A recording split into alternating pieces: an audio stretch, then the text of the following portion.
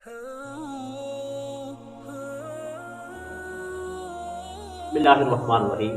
मुफ्ती ज़फ़र अली खान साहब रहमतुल्लाह अलैह फरमाया करते थे, जिन लोगों के मैदे ख़राब हो उनके बारे में एक बात फरमाया करते थे कि अगर मैं आलिम ना होता, अगर मैं मौलवी ना होता तो मैं सबसे बड़ा हकीम होता और मैं हकीम अजमल खान को भी काट देता। आपको पता है कि लोग मैदे के मसाइल में आजकल बहुत ही इसमें गिरे हुए हैं। हर दूसरे तीसरे आदमी का मैदा खराब होता है, हर दूसरे तीसरे का आदमी मैदा खराब होता है। अच्छा, वो अंग्रेजी दवाई इस्तेमाल करता है, तबीबी दवाई इस्तेमाल करता है, उसको फर्क नहीं पड़ता। इस बारे में मुफ्ती ज़फ़र अली खान साहब रहमतुल्लाहि तआला अलैह ने एक जबरदस्त टोटका दिया। जो आदमी इस पे अमल करेगा पूरी जिंदगी उसका मैदा कभी भी खराब नहीं होगा, और अगर किसी का मैदा खराब है तो वह इस पे अमल करेगा तो उसका मैदा 10 से 15 दिन के अंदर बिल्कुल तंदुरुस्त हो जाएगा। वो तरीकाकार क्या है? उन्होंने फरमाया कि नाश्ते से 15-20 मिनट पहले आपने एक पाव दही इस्तेमाल करना है, और एक पाव दही खाकर उसके बाद आपने 20-25 मिनट बाद नाश्ता करना है, ताकि वो दही मुकम्मल आंतड़ियों में चले जाए। इसी तरह दोपहर के वक्त भी आप खाने से 20-25 मिनट पहले आप दही इस्तेमाल करें, और दही जब आप इस्तेमाल करेंगे वो मुकम्मल आपकी आंतड़ियों में चले जाएगा। इसी तरह